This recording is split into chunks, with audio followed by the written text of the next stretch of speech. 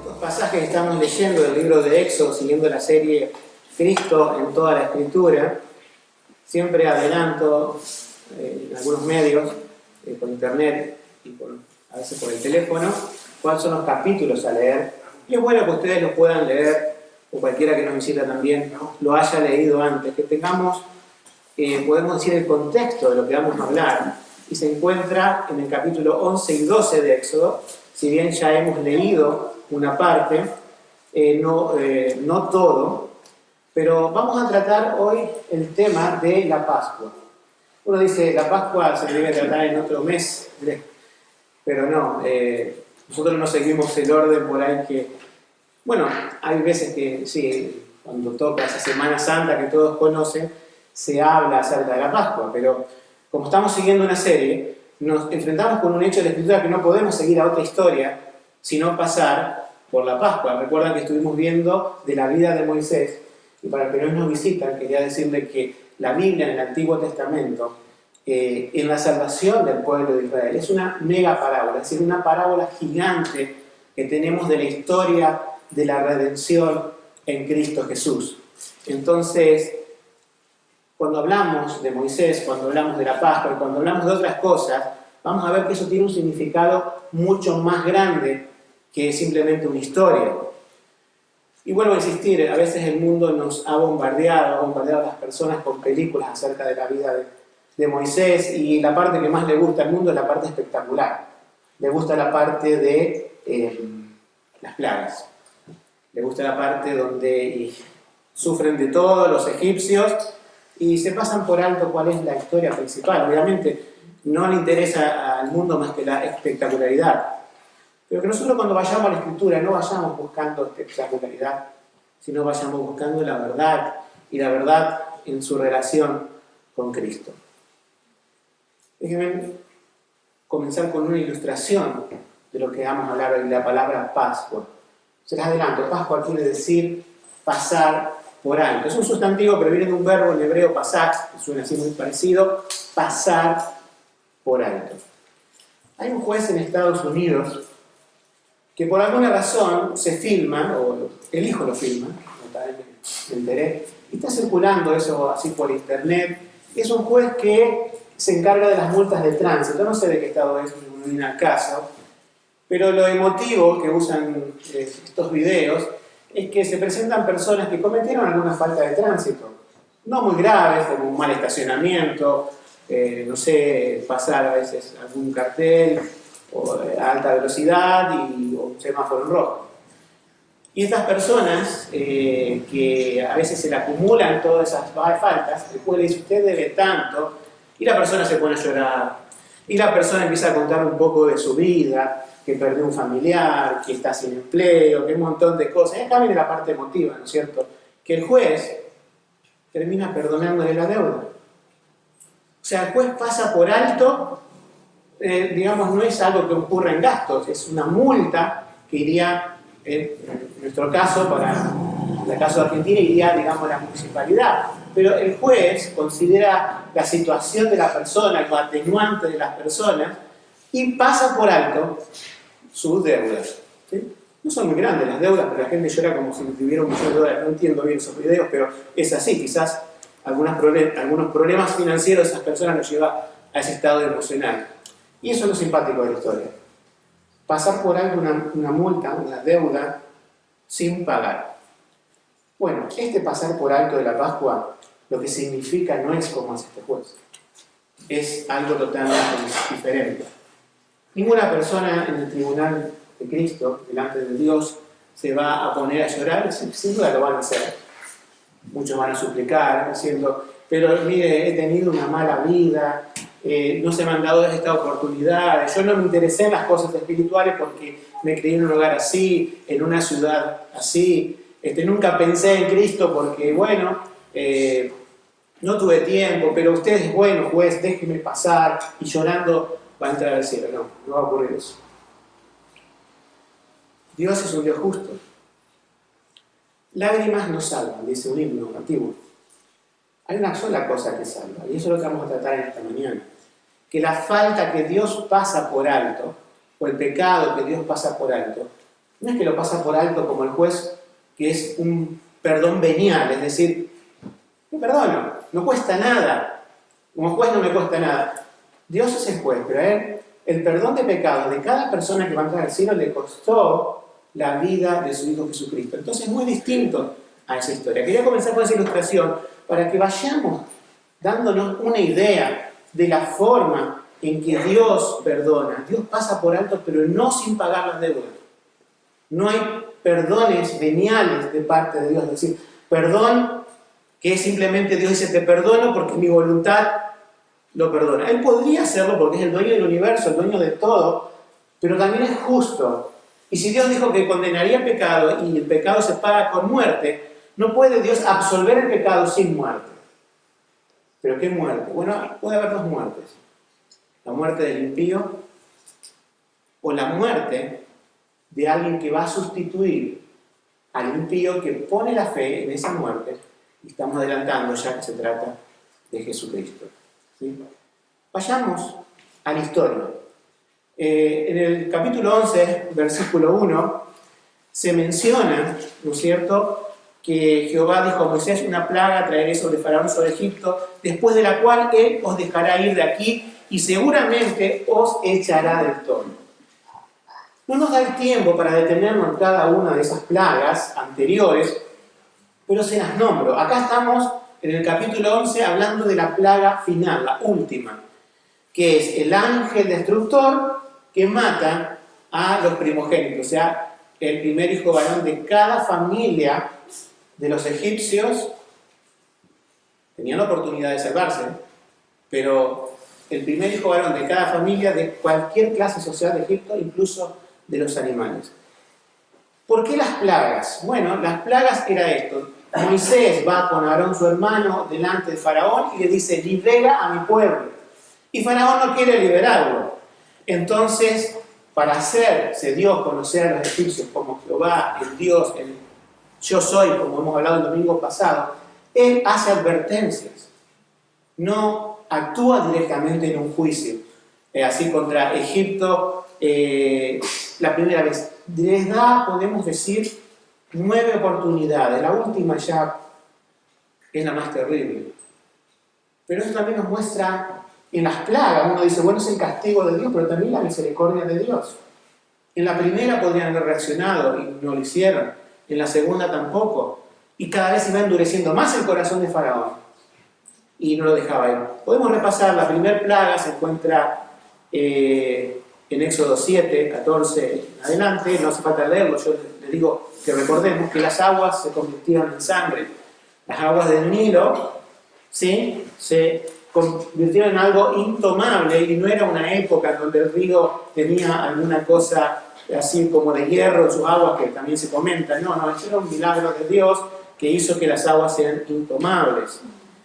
Después envió en el capítulo 8 la plaga de ranas, pero ranas que entraban por todos lados, se producían de una manera milagrosa, nunca habían visto tal cantidad de ranas. Y luego viene algo más molesto. En Éxodo 8:16 están las plagas de una especie de mosquitos, podemos decir, pero para ilustrarlo un poco y entender, no es cualquier mosquito de esos que tenemos que te pican, es algo como si fuera que te deja una roncha en la piel muy particular. Después se vino algo también más molesto, que son las moscas, mismo capítulo 8. Después hubo una peste sobre el ganado, después hubo como úlceras sobre la piel, después hubo un granizo con fuego, después hubo una plaga de langostas que devoraron todo y no tenían que comer, después hubo una plaga de tinieblas, donde todos estaban en oscuridad, y era más que una niebla, porque no se podían ver unos con otros, pero en la casa de los hebreos había luz. O sea, todas estas plagas afectó solamente a Egipto y no afectaba al pueblo de Dios. Ahora, hay una 10ª plaga. En ninguna de esas plagas hubo un arrepentimiento ni particular de Faraón, ni un arrepentimiento nacional de parte de Israel. Pero la última iba a ser la peor de todas, porque cada familia iba a tener un muerto. Cada familia iba a tener un muerto, pequeño o grande. Era el primogénito de cada familia. Bueno, incluso también como detalle de los animales. Y es ahí que Dios ya entra en ese juicio final, en esa etapa final con Egipto. Pero para esta última plaga, ¿sí? Si bien los judíos no fueron afectados por el resto, aquí tuvieron que hacer algo ellos. Y aquí se ilustra la historia de la redención. Nosotros esto lo leemos en el capítulo 12, que ahí se comenta de la Pascua, que nos dice: habló Jehová a Moisés y a Aarón en la tierra de Egipto, diciendo: este mes os será principio de los meses para vosotros, será este el primero de los meses del año. Hablad a toda la congregación de Israel diciendo: el 10 de este mes, tómese cada uno un cordero, según la familia de los padres, un cordero por familia. Mas si la familia fuere tan pequeña que no baste para comer el cordero, entonces él y su vecino inmediato a su casa tomarán uno, según el número de las personas conforme al comer de cada hombre, y haréis la cuenta sobre el cordero. O sea que, primeramente, Dios pide, parece como que, bueno, van a comer un asado de cordero, es mucho más que eso, ¿sí? Y no tiene que sobrar nada. Tiene que ser uno por cada familia, y si la familia es pequeña, invita a un vecino. Nadie tiene que quedarse sin participar de eso. 5. El animal será sin defecto, macho, de un año, y lo tomaréis de las ovejas o de las cabras, y lo guardaréis hasta el día 14 de este mes, y lo inmolará, o sea, sacrificará toda la congregación del pueblo de Israel entre las 2 tardes. Escuchen bien lo que se hace con la sangre de este cordero. Y tomarán de la sangre y la pondrán en los 2 postes y en el dintel de las casas en la que lo han de comer. Creo que todos conocemos, pero por las dudas lo digo, ¿no? El dintel es la parte superior de la puerta, sobre el cual es una viga sobre la cual descansa parte de la estructura de la casa, y los postes sabemos que también sostienen las puertas. Es decir, que ellos tenían que tomar un cordero, no cualquier cordero, un cordero de un año, un cordero sin defecto, un cordero que no estuviera enfermo, que no tuviera mancha, y no en cualquier día, sino en un día específico, y tenían que sacrificarlo. Lo iban a comer con panes sin levaduras y hierbas amargas. Pero, acá viene lo llamativo de la historia. Tenían que, con esa sangre, al sacrificarlo, al cortarle la garganta al cordero, esa sangre iba a ser puesta en un lugar, en un recipiente, y tenían que tomar una especie de pincel improvisado, y tenían que pintar la figura de la puerta, es decir, los postes y el dintel. Imagínense que la condición era esa. Un egipcio podría hacer esto también. Un egipcio alguno podría haber dicho: este Dios que mandó ya 9 plagas es el Dios verdadero. No es Osiris, no es Horus, no es Seb, es Jehová, el yo soy. Este es el Dios verdadero. ¿Por qué no le hacemos caso al Dios verdadero? Ustedes se dan cuenta, hermanos, que el mundo puede estar en una peor situación y aún así no cree en Dios, si Dios no provoca un cambio en sus corazones.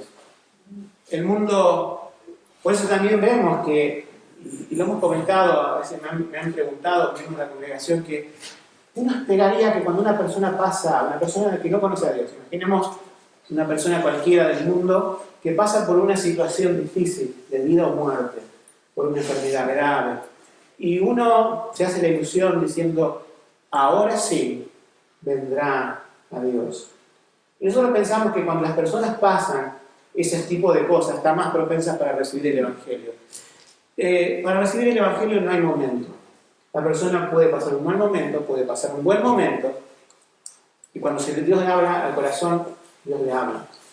En estas 9 plagas, ¿por qué no respondieron? ¿Por qué no reaccionaron? Vemos así también que hay personas que pueden pasar muy malos momentos y aún así no ir a Dios, y otras que no pasan malos momentos y nace en su corazón que Dios pone una sed y un hambre de justicia que se acerca al Evangelio. Eso está en el misterio escondido de Dios. Pero las personas, aún nos muestra a Dios por medio de su palabra, que en las peores condiciones no busca a Dios. Pero Dios siempre llama al ser humano y dándole una oportunidad. Digo, las plagas fueron oportunidades para reaccionar. Y esta última hay una condición y también es una oportunidad. Entonces hemos leído el 7, y tomarán la sangre y la pondrán en los postes y en el dintel de la casa. Y aquella noche comerán la carne asada al fuego y panes sin levadura, con hierbas amargas lo comerán.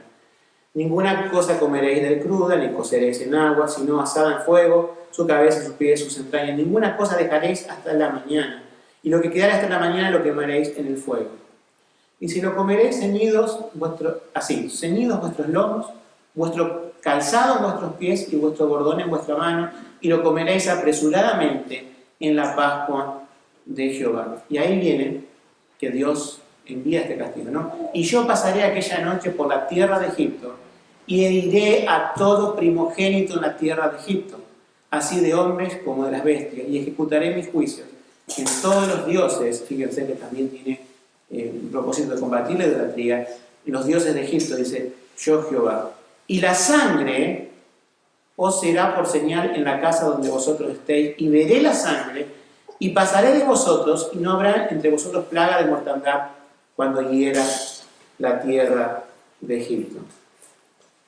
Entonces, ¿Dios pasa por alto todas las casas de los israelitas? No, sino aquellos que obedecen al mandato de Dios de sacrificar el cordero, de pintar con su sangre la puerta, o sea, el contorno de la puerta, y cuando aquella noche viniera el ángel de parte de Dios a destruir al primogénito, en esa casa no entra. No tenemos registro en la Escritura de que algún israelita no haya hecho esto. Por lo tanto, suponemos que todos obedecieron. Pero hubo dos tipos de casa aquella noche, podemos decir, de los israelitas y los egipcios. Una casa donde tenían las marcas de la sangre, y otra casa donde no había absolutamente nada. Entonces, en un momento silencioso de la noche, se empiezan a sentir los llantos, los alaridos de congoja, de tristeza, porque ya empezaron a morir el primer hijo de cada familia, pero no en las casas que estaban marcadas. Ahora, que esto no se entienda como una superstición, ¿sí? Porque cuando uno ve esta ilustración bíblica, dice, en una casa marcada no entra el ángel de la destrucción, en una casa que no está marcada sí entra. Por mucho tiempo las personas en su incredulidad hacen este tipo de cosas. Hacen marcas en las casas, ponen cosas en las ventanas, ponen amuletos, y aún dentro del cristianismo se manejan ciertas cosas, de poner cosas con sentido supersticioso. Y quisiera hacer una aclaración. Mucha gente ora antes de ir a un viaje y le pide a Dios que lo cubra con la sangre de Cristo. Error. La sangre de Cristo no está para cubrirte en un viaje, no está para protegerte si salís a la calle en contra de un robo. La sangre de Cristo tampoco va a cubrir al soldado cuando sale a la guerra. Eso es tomar la sangre de Cristo en un sentido supersticioso y darle un fin que no tiene, un fin que la Escritura, la Biblia, no le da.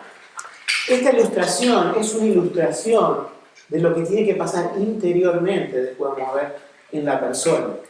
Pero lo llamativo no es la marca como algo supersticioso, porque eso es lo primero que nos llama la atención, sino es que para que existiera esa marca, tuvo que morir un cordero. Ahí está el punto. Pascua, pasar por alto, quiere decir, ¿no? Pero ese pasar por alto estuvo relacionado ¿con qué? Con la muerte de algo. En este caso, un cordero sin defecto. Entonces, en esta primera parte de la historia que vemos cómo fue la primera Pascua, ahora vamos a ver cómo fue la Pascua en los tiempos que pasaron de los judíos. Esta primera Pascua ya ata la idea al pueblo de Israel y a nosotros que lo vemos desde esta época, que para pasar por alto Dios tiene que matar a alguien. ¿Sí? Ese es el punto principal. Ahora, esta Pascua fue dada con... Nosotros uno dice, ¿por qué tan meticulosa? Bueno, porque no era solamente esa vez que lo iban a celebrar. Dios ya le decía a Israel que prevea que ellos iban a ser libres de la esclavitud de Egipto. Y cuando fueran a la tierra prometida, iban a celebrar la Pascua también, recordando ese momento. Ahora, nosotros vemos en la Escritura que la recordación de la Pascua por parte de Israel no siempre estuvo bien, no siempre fue constante.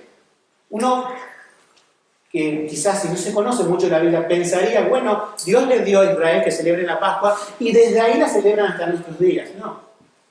Hubo tiempos en donde había reyes que ni cuidaban de la casa de Dios, ni había Pascua, ni había las 3 fiestas solemnes, una de esas era la Pascua anual. Se habían olvidado de Dios y no había Pascua. Por ahí aparece, después de muchas sucesiones, un rey llamado Josías y restablece la Pascua. Y después Israel se olvida de nuevo lo que es la Pascua. Lo que Dios estaba dando por medio de la Pascua y por medio de todas las fiestas anuales apunta a una sola cosa, y nada más que a una sola cosa, que es el enviar al Mesías para el perdón de los pecados. Y cuando Israel apostata de la fe, se aparta del Señor, se olvida de las promesas del Mesías y deja de celebrar el anuncio que la Pascua representaba para el Mesías, el Cristo de Israel. Yo calculo también que como pasa hoy pasa también con los judíos. Hay judíos en nuestra ciudad. De hecho, mis hijas han tenido compañeros judíos en la escuela. Y también celebran la Pascua. Es un acontecimiento donde ponen en orden la casa, la limpian muy bien. Una vez alguien me contó cómo era la Pascua en Israel, donde tiene que estar todo impecable. Es la fiesta, parece, más solemne, pero no pasa de ser una comida cuando uno crece en Cristo. O sea, es como la Navidad. Dios, obviamente, en ninguna parte de la Biblia, ni del Antiguo, ni del Nuevo Testamento, pidió celebrar el nacimiento de su Hijo. Pero el mundo recuerda Navidad, y lo menos que se acuerda que es de Cristo. Así también los judíos celebraban la Pascua, y era un gran asado para ellos, pero no era para muchos el anuncio del Mesías. Pero muchos sí.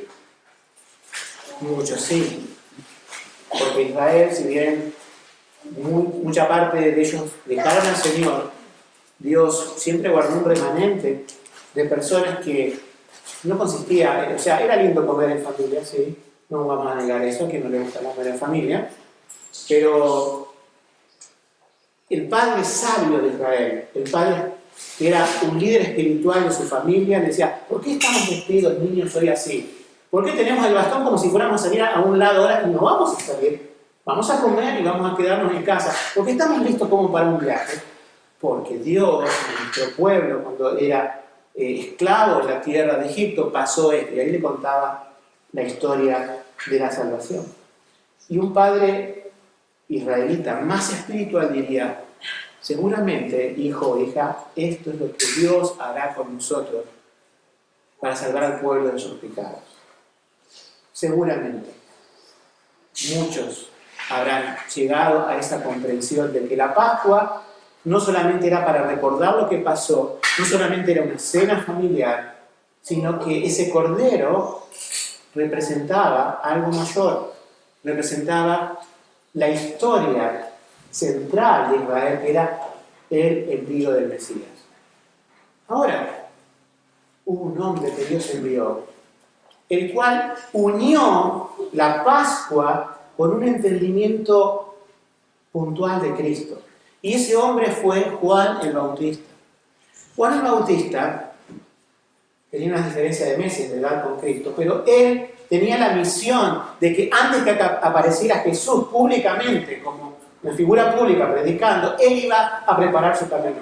Él iba a anunciar el advenimiento del Mesías, de Cristo. Y ahora, ¿cómo lo hace? ¿Cuál es la frase principal que usa Juan el Bautista, diciendo, he aquí, Juan 1:36, y mirando a Jesús, que andaba por allí, a propósito, dijo, he aquí, estaba caminando Jesús, he aquí el Cordero de Dios que quita el pecado del mundo.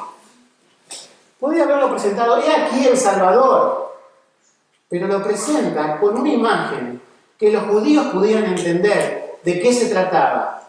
He aquí el Cordero de la Pascua, entre paréntesis, de Dios, que quita el pecado del mundo. Seguramente a una multitud un poco distraída, no sé, será el Salvador, el que nos viene a librar de los romanos. Y para otros, el Cordero de Dios.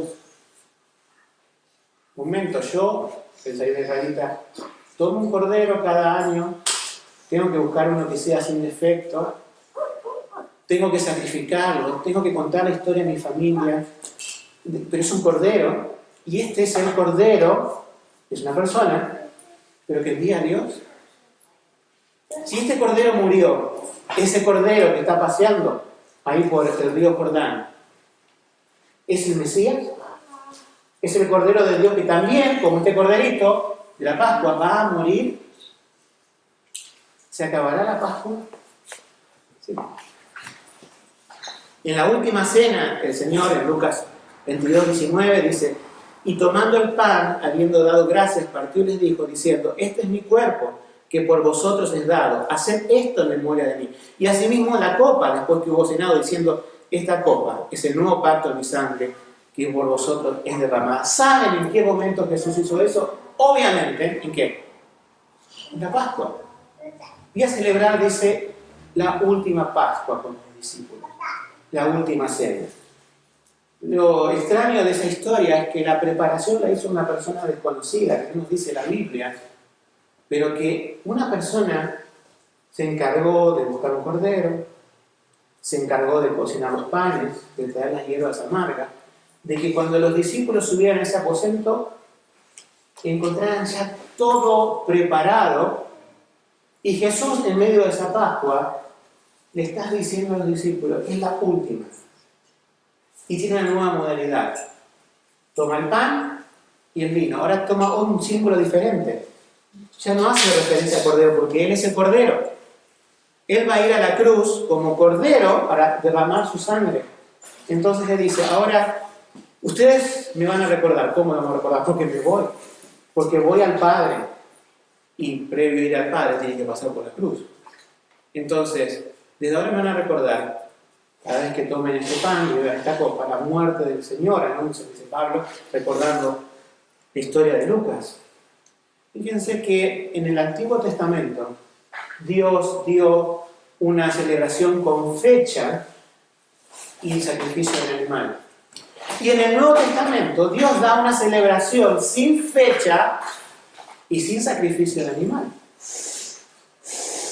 Hay dos celebraciones que da Dios, podemos decir, celebraciones no como una fiesta nacional, como era en el Antiguo Testamento para Israel, sino una celebración en el momento de adoración del pueblo de Dios en el Nuevo Testamento, que son todos los salvados, todos los que se reúnen como hoy domingo en una iglesia local, pueden llegar a tener, cada tanto, bautismo y cena del Señor.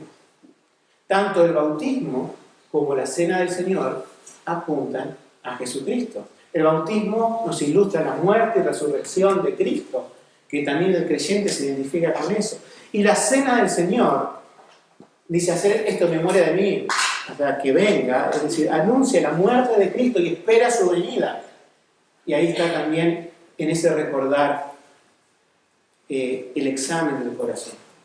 Siempre, hermanos, la humanidad ha tomado las fiestas bíblicas, los eventos bíblicos, las celebraciones bíblicas de manera supersticiosa. Cuando Dios no está ahí, lo puedes tomar, si eras judío, como una comida más, como la Navidad.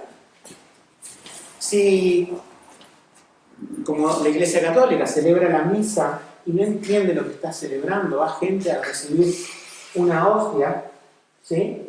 Es un redondel de pan, y lo hace por superstición. no lo hace entendiendo, aparte no es la celebración así como la dio Dios de la Cena del Señor. Pero también hoy podría haber muchos lugares, muchas iglesias que se identifican como cristianas, donde la Cena del Señor dice, vamos a hacerlo por las dudas, a ver si nos vamos. O vamos a hacerlo porque, bueno, la Biblia lo dice, y si no lo hacemos vamos a quedar mal con el resto de las iglesias, no tenemos Cena del Señor. Ninguno de esos motivos son válidos. Vamos a hacerla para recordar al Señor, porque es un mandato en su palabra, porque es algo que el Señor nos ha dado y es algo que da examen a la iglesia cada vez que lo hace. Entonces acá tenemos un hecho muy significativo. En el pasado, a mi izquierda, en el pasado estaba la Pascua, ¿sí? Anunciando el Cordero de Dios que iba a venir y iba a morir. En el presente está la cruz de Cristo, donde el Cordero de Dios efectivamente murió en la cruz, dando su vida y derramando su sangre para la salvación de muchos. Y en el futuro estábamos nosotros, teniendo el acto de la Cena del Señor, mirando hacia el pasado de la cruz de Cristo. Entonces, del Antiguo Testamento miraban al futuro, y de acá del Nuevo Testamento miramos al pasado. Y todo converge al centro, que es Jesucristo crucificado. Entonces, ese es el punto principal. Hay un Cordero de Dios muriendo. Entonces, aquí ya podemos entrar en una parte en donde enlazamos el significado tanto de la Pascua como la Cena del Señor en el significado espiritual. Pero vamos a ilustrar el tema de la Pascua, que es lo que venimos hablando en esta mañana. Nosotros vemos que ya podemos, con lo que hemos visto ya hasta el momento, podemos atar todos esos cabos sueltos y comprender la historia de la redención de una manera más profunda. Comprender la imagen de Cristo, la persona de Cristo, sí, de una manera más profunda. El verdadero Dios y el verdadero hombre que vino a este mundo a dar su vida, por eso tomó humanidad, para poder morir en una cruz. Entonces nosotros imaginemos que esta parábola del Antiguo Testamento es real, es lo que ocurre hoy. Dios tiene un juicio con este mundo. Así como Dios entró en juicio con los egipcios, contra sus dioses, ya lo hemos leído, contra las personas idólatras de ese pueblo, imaginemos que Dios ya le dice a la humanidad, es el último tiempo, es el fin.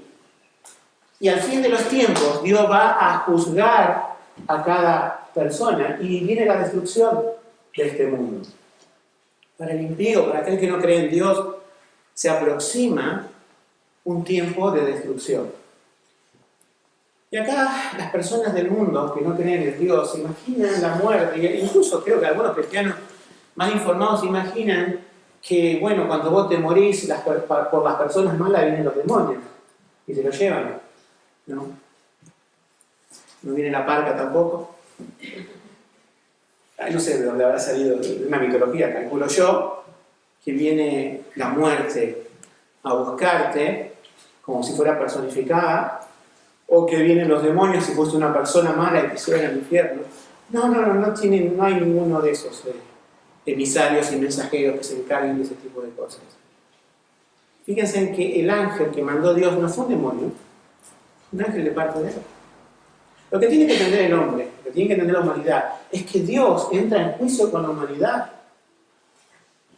Lo que tiene que entender también parte de la iglesia evangélica que siempre dice Dios es amor, que también Dios es justo y va a tener un juicio. Y si no le advierten al mundo de ese juicio, están traicionando el evangelio.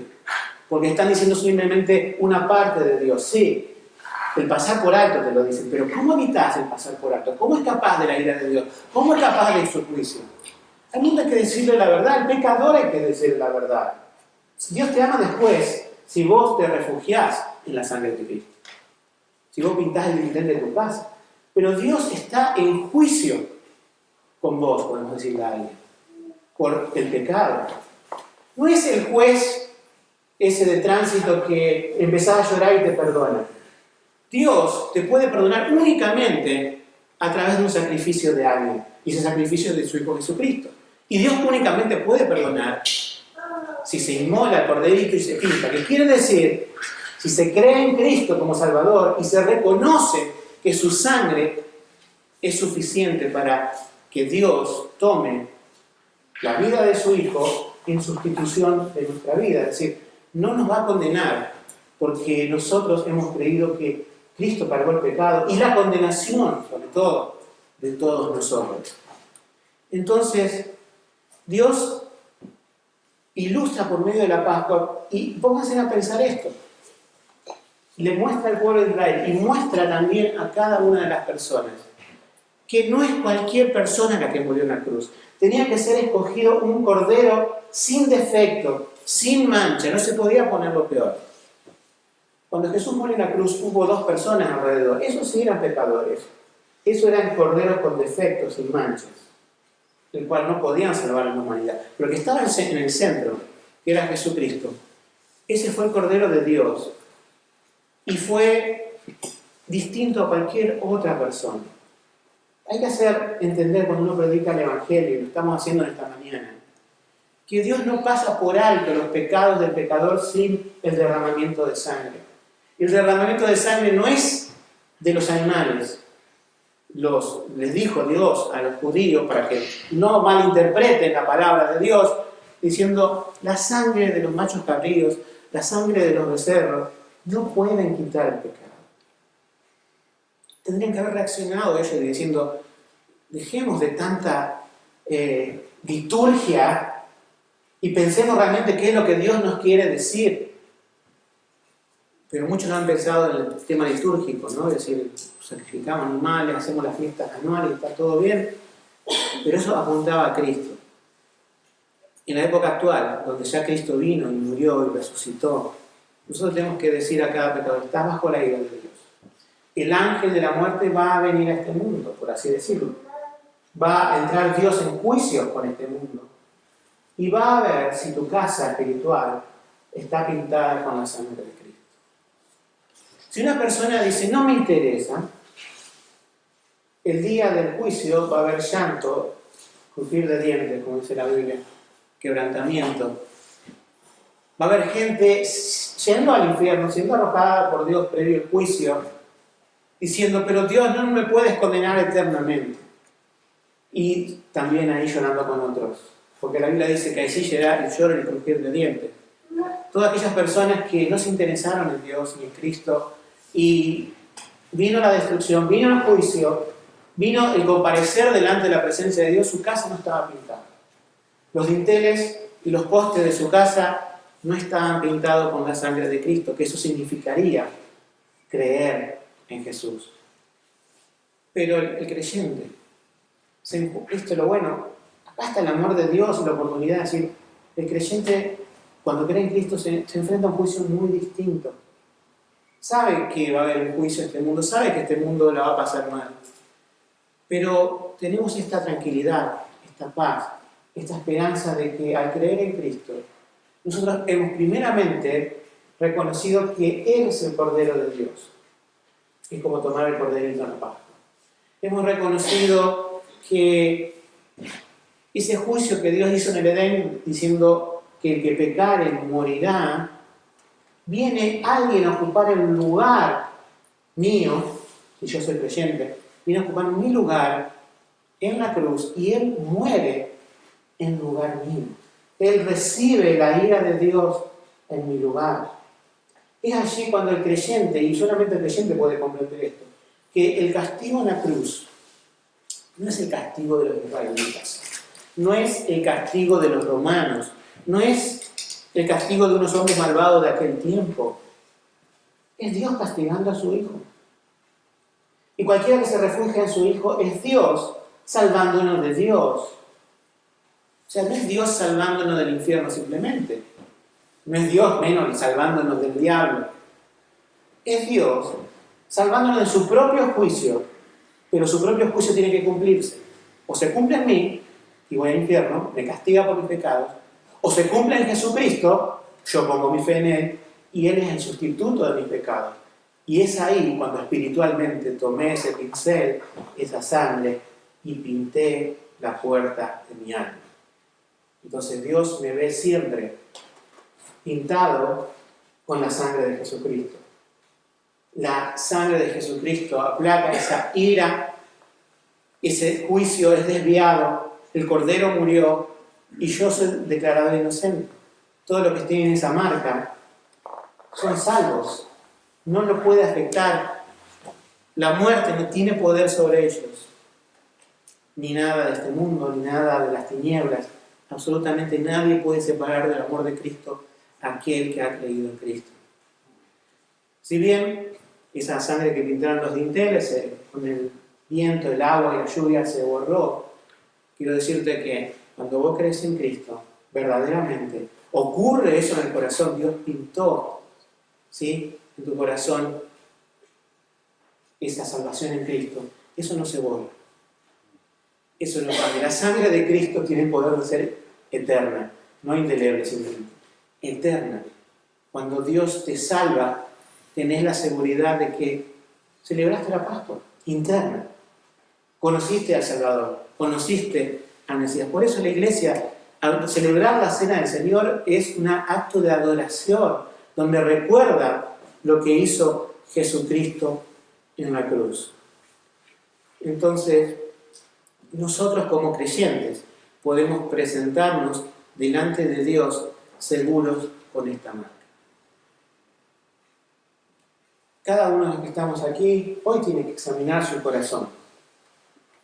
Si hay dudas, si está pensando a la manera de este juez de Estados Unidos, donde la gente le llora sus faltas de tránsito y él los perdona, yo diría que cualquier pensamiento que haya aquí esta mañana pueda salir de la mente, porque no funciona así. Dios no actúa así. Dios es justo y Él no absuelve a la persona simplemente porque llora. Quiero leerle un par de versículos más. Números 14, 18. Hay una parte que nos muestra este versículo de la misericordia de Dios, pero también de la justicia de Dios. Y es un versículo clásico del Antiguo Testamento, donde se une la misericordia y el juicio. Números 14, 18 dice: Jehová, es la parte linda, tardo para la ira y grande en misericordia, que perdona la iniquidad y la rebelión. Vamos a detenernos ahí. Jehová, tardo para la ira, grande en misericordia, que perdona la iniquidad y la rebelión. Es una parte del Evangelio. Esta vez empieza por el final, ¿vieron? El amor de Dios, la misericordia de Dios. Pero el versículo sigue: y que de ningún modo dará por inocente al malvado, y que visita la iniquidad a uno de los padres, en este caso pasó en Egipto, ¿no?, sobre los hijos. O sea, por un lado dice Dios de misericordia, y de otro lado dice que no va a tener por inocente al que es culpable o al que es malvado. Son dos traducciones posibles de esa palabra hebrea. ¿Qué nos quiere decir aquí Dios entonces? Diciendo, Él perdona, pero no de cualquier manera. Dios perdona, pero no de cualquier manera. Cada cual de nosotros puede perdonar a alguien que le ha hecho algo mal, y puede perdonarlo de corazón y de palabra. Pero este perdón universal, así en el sentido, un perdón gigante para la humanidad que le ofrece a cada hombre, ese perdón no funciona porque la persona diga, me humillo delante de Dios y Él va a tener piedad de mí y no me va a condenar. No. Lo que Dios exige es: cree en el Señor Jesucristo. Por eso dice, de tal manera Dios amó al mundo que envió a su Hijo para que todo aquel, no hay restricción para nadie, todo aquel que en Él crea tenga vida eterna. Entonces el día del juicio se va a enfrentar Dios con cada persona.